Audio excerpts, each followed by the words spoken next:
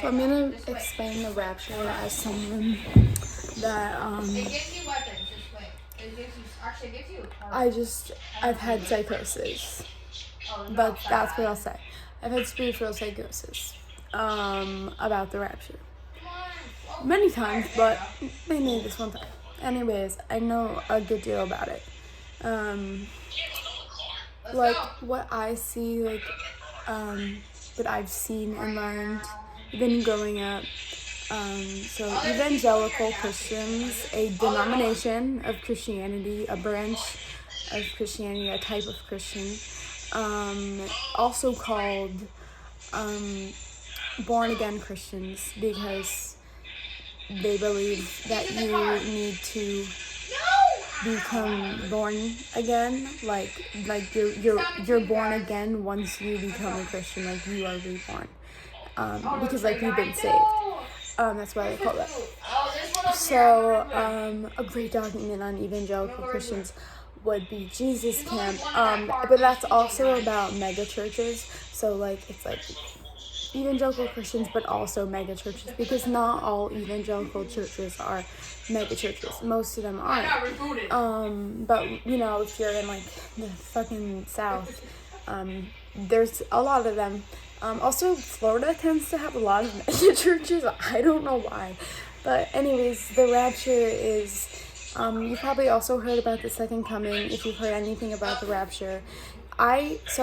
People have different like beliefs about the two of them, but the second coming, I would think more so how I've always like seen it, it's part of the rapture. So like once Jesus comes down to meet them, so basically what happens in the rapture, it's all in the book of Revelation, which is the last book of the Bible. It is not Revelations, it's Revelation, because having a revelation is to make, to be aware of something, like to realize something, but like to change something. So it's people and Jesus having the revelation, and because it's just one revelation of Jesus Christ, realizing Jesus Christ is their Savior. So they believe that with let me check my phone percentage. So they believe that Jesus, well, not even starting with Jesus, they believe this could happen any random day, meaning they have to be prepared. They have to be,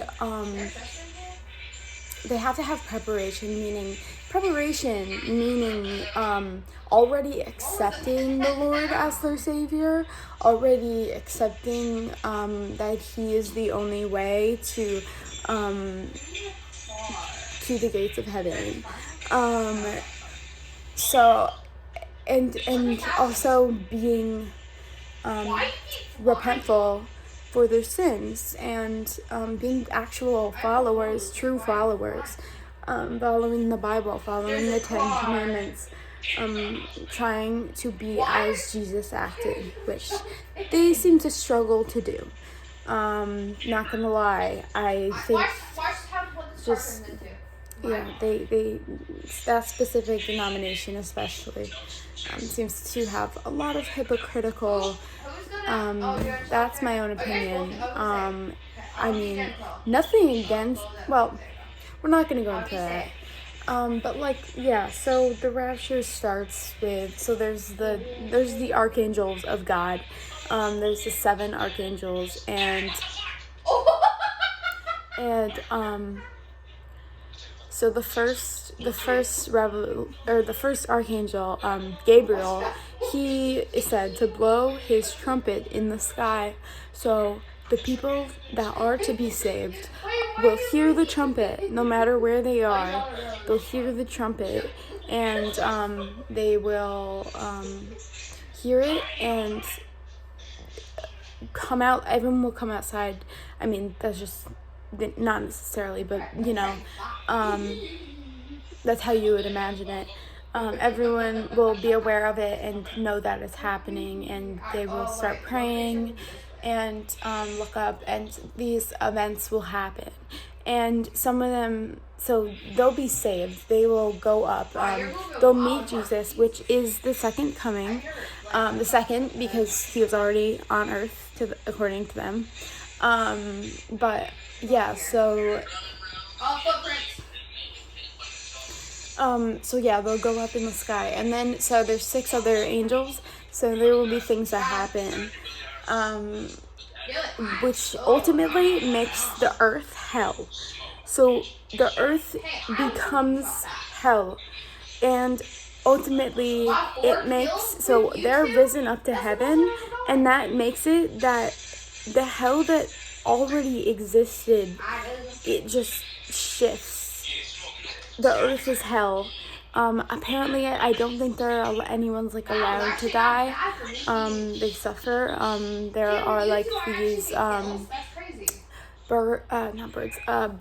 I don't know why I can't remember the name. I think it starts with a C. I actually made a depiction of it. I'm pretty sure it's the 6th archangel, the 6th trumpet, I believe, of the rapture, and in Revelation it is very, very, very confusing. It's very hard to read. I'm just checking my phone percentage again. Okay, I'm good. My phone is still at 8%. So basically, another thing about the rapture, I think I was done with all of that, but it's very interesting because it's like, are we actually already on hell? Because if that really is the truth, and people rise up and go to heaven, and then this becomes like the ultimate, like what we see as hell, are we on hell? Is that like how they would think? Which I don't personally really. I mean, I'm open, but I have a lot of religious guilt and stuff. So I don't really I try not to associate my beliefs with that, just because it makes me really paranoid, and it can drive me into psychosis. So, the rapture though,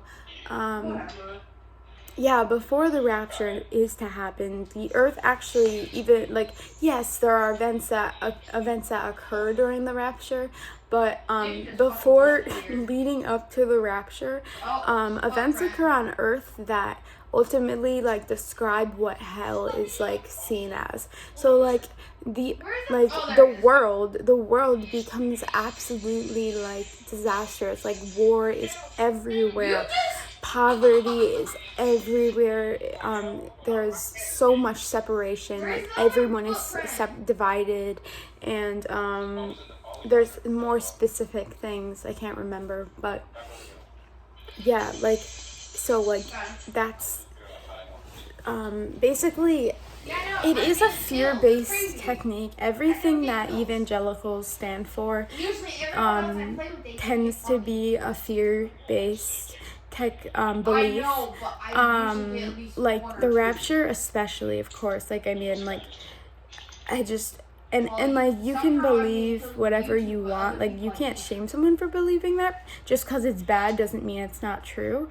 But the way that a lot of them address it and talk about it, and especially to little young kids, they make it scary. And even if they don't mention the rapture, they still indoctrinate them with the idea that if they don't follow Jesus and they don't follow what he told them to do, they should feel guilty. And it gives kids self-esteem issues later in life. And they always like carry this guilt. And even older people, like with my grandmother, I see her Catholic guilt, like literally, so obviously it's not just evangelical, toxic evangelical churches, but it's also toxic Catholic churches. But that was also like older. She's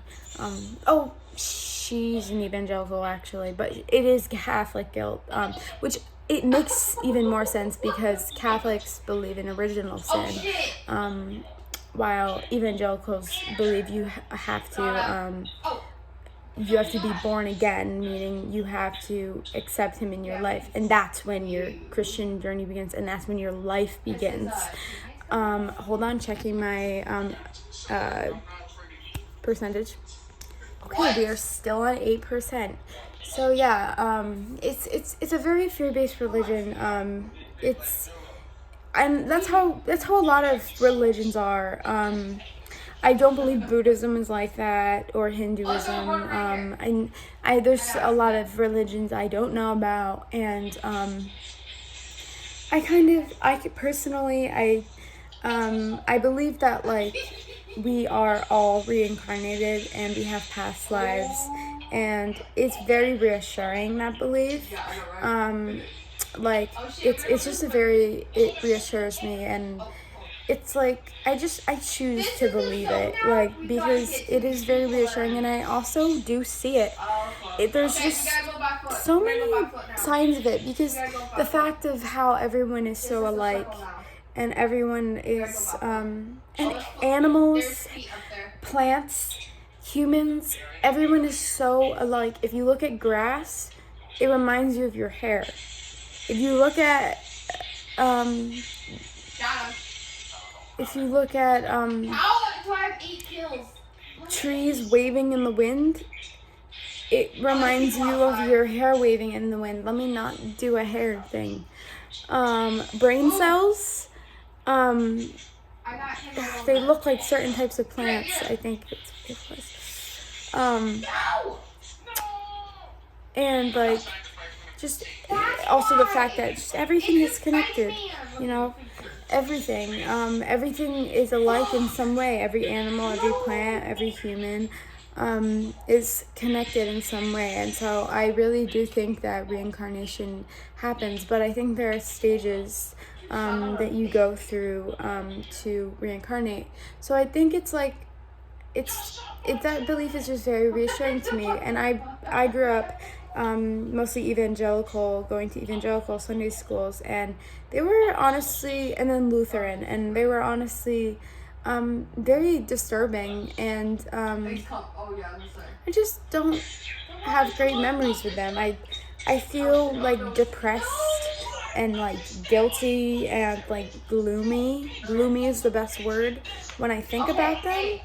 And the thing is, I know there can be good, like, there needs to just be reform in the church, is my opinion. I understand, like, I honestly, so I think Catholicism, if any, would be the most accurate, because Catholicism, Mormonism is another, if you're considering, like, thinking about that, Mormonism is a whole other thing. Like, Mormonism, personally, I do not believe, like, it is associated with Christianity, because it's, like, this another thing. Yes, it has to do with Jesus Christ, but, like, so does Judaism, and no one considers Judaism Christianity, because it's not. Just because it has to do with Jesus doesn't mean it's a Christian religion. It doesn't mean it's a denomination of Christianity.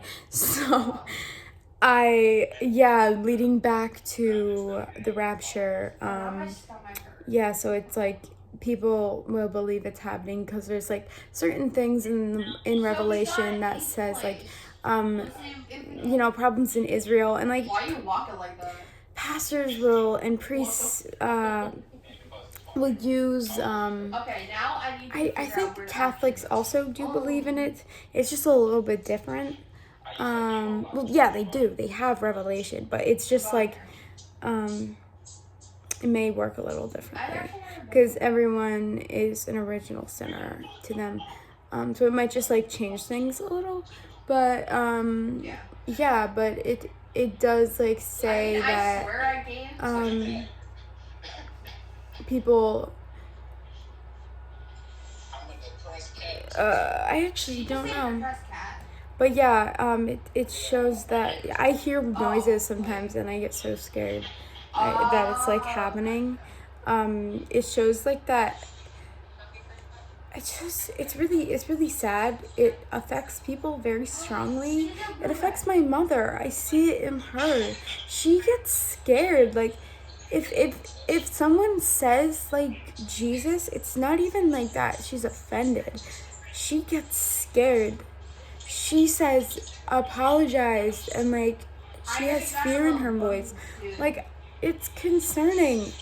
And my dad isn't like that so much, but it's like there's so much fear attached to it, and if you aren't someone that is awakened to other things before you're at least like 30, like if you're not exposed to other things and like told that you can try something new, and if you don't have like the bravery to do that, or like courage, you can be stuck with that guilt, like that lingers, and it's just a horrible feeling like your God like might send you to a horrible place and like for eternity, and like it's terrifying. It really is.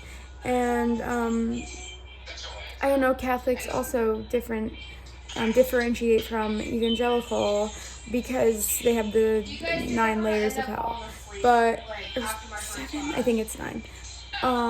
But yeah, so like they differentiate so many ways, but I usually call evangelicism like liberal modern day Catholicism, which it is not liberal in any way, shape, or form. Let me check my battery. Okay, so I checked my battery. It's literally still at 8. But what the hell was I saying? Yeah. Oh yeah. So they like those are like I would say those two are like the biggest like Protestant like I think evangelical is like a version of Protestant, is what they would say. I'm not gonna like say like it is or isn't like for a lot of stuff, because like I don't want to like just like say something and it literally being wrong. But basically, always, like right next door from us. Yeah, I was also Lutheran, which was very similar to evangelical, but evangelical was honestly like a lot more like traumatic and stuff. But like oh my God, I went to a mega church once, an evangelical mega church, and it was insane. It was crazy. No, that's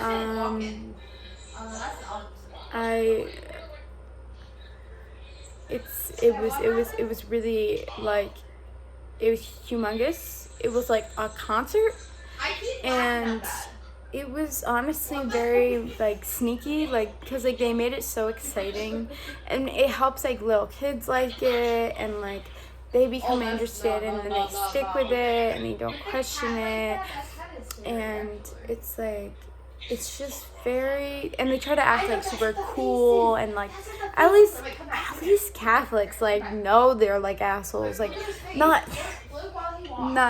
meaning that, but like there are very cool Catholics. I know a lot, like I feel like I've like met or like know of like some Catholics that are like genuinely I don't see anything wrong with how they practice their religion, and like with other people, you know. But evangelicals, I mean I usually can find something like, but like a lot of Catholics I do really respect, because they've become like more like modernized, and like it just, I also relate to it a lot more than evangelicism, because Catholics I relate to the saints. I pray to Saint Michael. I have prayed to other archangels, Saint Raguel, and I appreciate it. I really do, and I also do believe like the Bible's a history book. Minus Revelation. I think like things have been said, but like I don't believe that like necessarily like that's true, like or like said by God, like you know, like it's said, but you know? It's, so, like, I guess some of it I find false. Depends. But, yeah, like, Adam and Eve obviously passed down folktale, but, like, I like it. Not exactly that version, not exactly the standard version. I like the one with Lilith, which, if you don't know, it's basically because I read the book of Lilith, and she's mentioned once in the Bible. I think she's mentioned once in the Old Testament, but I think she's mentioned, like, she might not even be mentioned, like, by her name. I think she might be mentioned, like, vampire, like, in the Old Testament. But there's, like, many myths about her, and she's, you know, she's a goddess, of, like, darkness and, mystery. I don't want to say anything wrong, but, she is, like the beautiful, like, darkness, sexuality, because there's stories about her seducing men and killing them, and there's also stories about her having babies and, like, eating them, but I personally do not believe that. I don't think she was that malicious. I think it really came down to men, because the story was something of the sort where she didn't accept Adam's domination on her, something of the sort, or she didn't want to have children or something. Basically, she got sent. I think she got sent to hell, or yeah, and then I think she came back as, like, a demon or something. I might be completely using the wrong story. I might be combining different stories. I read the book, like, twice, but I read it, like, years ago. It has a bunch of different folklore aspects in it, different types of literature and folklore about Lilith. But yeah, so she's and, like, I see why people, like, don't want to worship her and Hecate, but, like, the thing is, they're very different. Like, Lilith is, like, a vampire. Like, she's, like, the vampire and, like, the seductress of men, but, like, not in any sort of bad. Like, I see it as empowering, and she seems empowering, and so is Hecate, and Hecate is empowering as well. But Hecate is, like, more so, like, I see Lilith as, like, embracing your darkness, like, your dark, but, like, more so, like, beauty wise, physically, which I do with Aphrodite, so I don't need Lilith currently. I mean, maybe I do, I don't know, I'll see. But Hecate, I more so like crossroads and seeing the darkness. Anyways, I'm getting way off track. So anyways, let me check my, well, I'm still at 8. Okay. So, more about, like,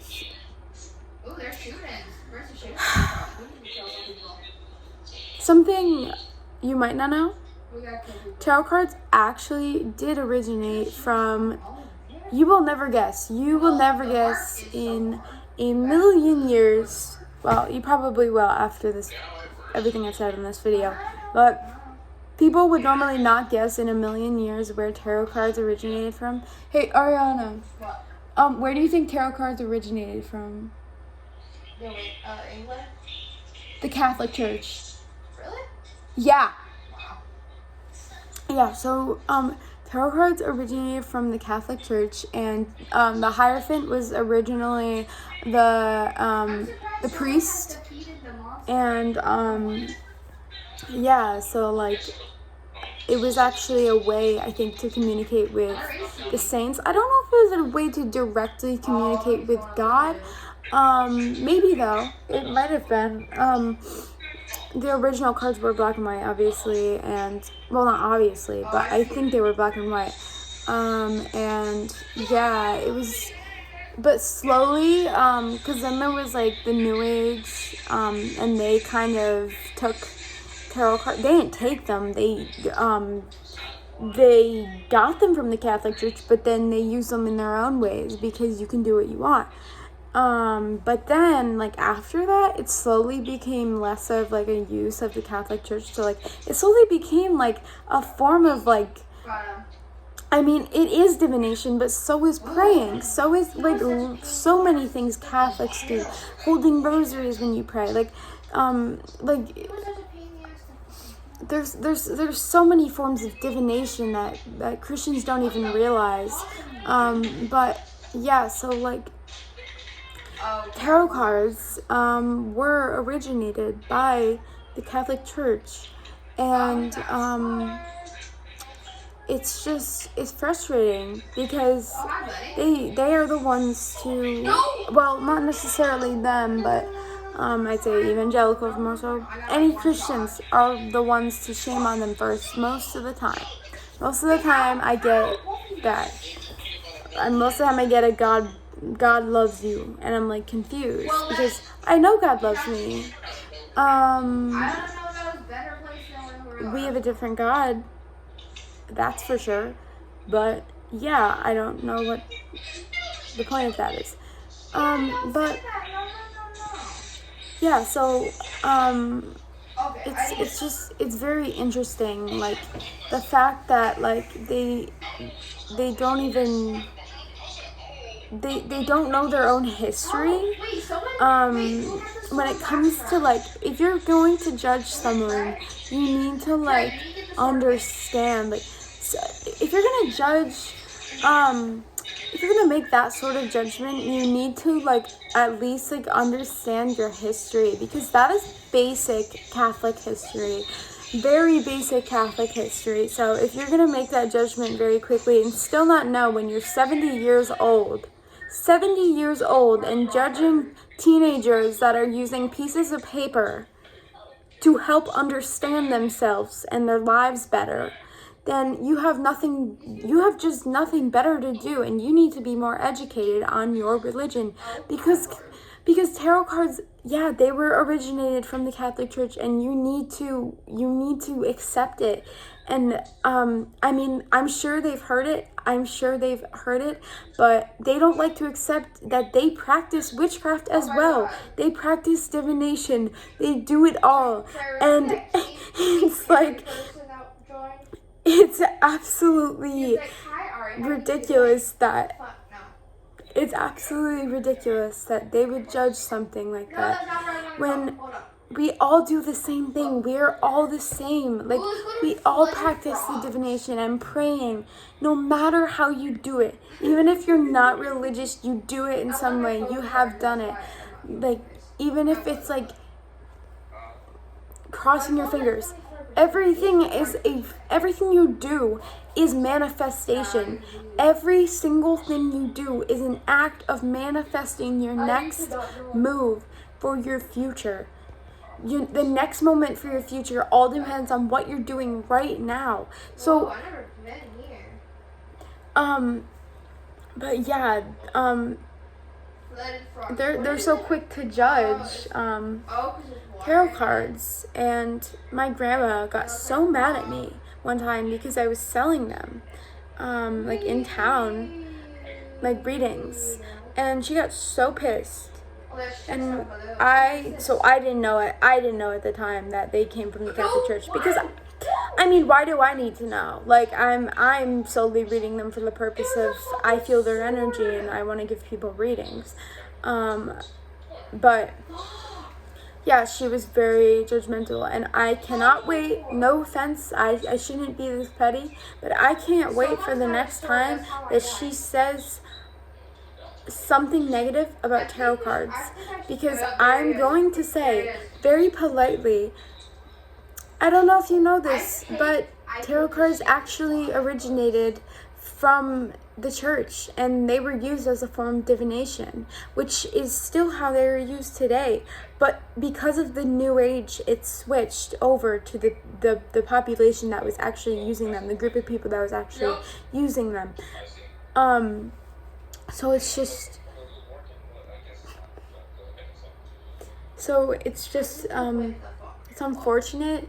It's unfortunate, and so many people don't even know like the guilt that they feel for like religion, but they just feel it. Like hold on, it's just like it's so sad. Like, and like we all.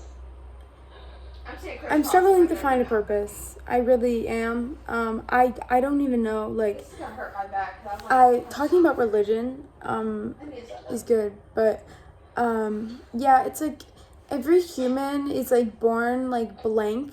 Every human is born completely blank. There's nothing in their head. There's nothing like, and I'm not saying they're original sinners, but I'm saying they're neutral for at least 1 second of their lives. And whatever environment they are around, whatever, and genetics, of course, do take a play, but whatever, their genetics, their environment, and their, holy shit. Genetics kind of just like saved my life. Because I like forgot how genetics are like solely everything around, same with the environment and how people grow up. But genetics, it's mostly about looks though. People are born on a blank slate, and genetics do take a small play, personality wise. I think really just with mental illnesses. Yeah, I just realized that, guys. But other than that, it's everyone is who they are because of their, and obviously everyone knows this, it's simple, but everyone is who they are because of their environment that they grow up in and their environments that they are in. It's just the way it is. And also the people that they are around. And it's so no one is different from anyone. Everyone is the absolute same besides the way they look. The way they look is the only thing that deciphers anyone. And I don't want that. Yet again, everyone looks the same. Everyone does look the same, just in different ways. And even like animals and grass and plants and everything looks the same, if you know what I mean. Everything has a similar quality about it, and like you can look at anything and find something similar to you. Like literally how you look, you can find something similar, like the shape, the texture, something. Everything you look at, and it can be man-made too. Everything is the same. We are all the same. We are all a product of ourselves. And I need to like understand, because I'm so confused. I don't understand. I think survival is the only initial instinct that we have, but I just like, I think survival is it, and that makes me really fucking sad. And people say, oh, it's to make connections, that's your purpose, and to find the things that you love and your passion. But why? My question is why? Why should that matter? Why should that matter? Why does that change anything? And I'm not saying I'm suicidal. I'm not saying I'm gonna do that. But I don't understand why having passions, why having friends and relationships and loving people in your life, why does that change anything? Why does that change the fact that we're gonna die? Why does that change the fact that an end is coming? Why should we? Like, why should we do that all when there's so much suffering that goes on, and I don't understand. I don't understand why we're put here if people are just here to suffer. And I know like there's like the karmic reasoning that sometimes helps me if I think about like, oh, if I was bad in my past life, like I'm gonna have a bad life, like, but like I don't get it. It's all a cycle. It's all a cycle, and like there's no reason. Like I'm not saying like there's no reason to live, but like in like a way where I wanna like end it, but like there is no reason. What is, I can't find a reason, and it's really difficult. It's really difficult to live when you feel like that.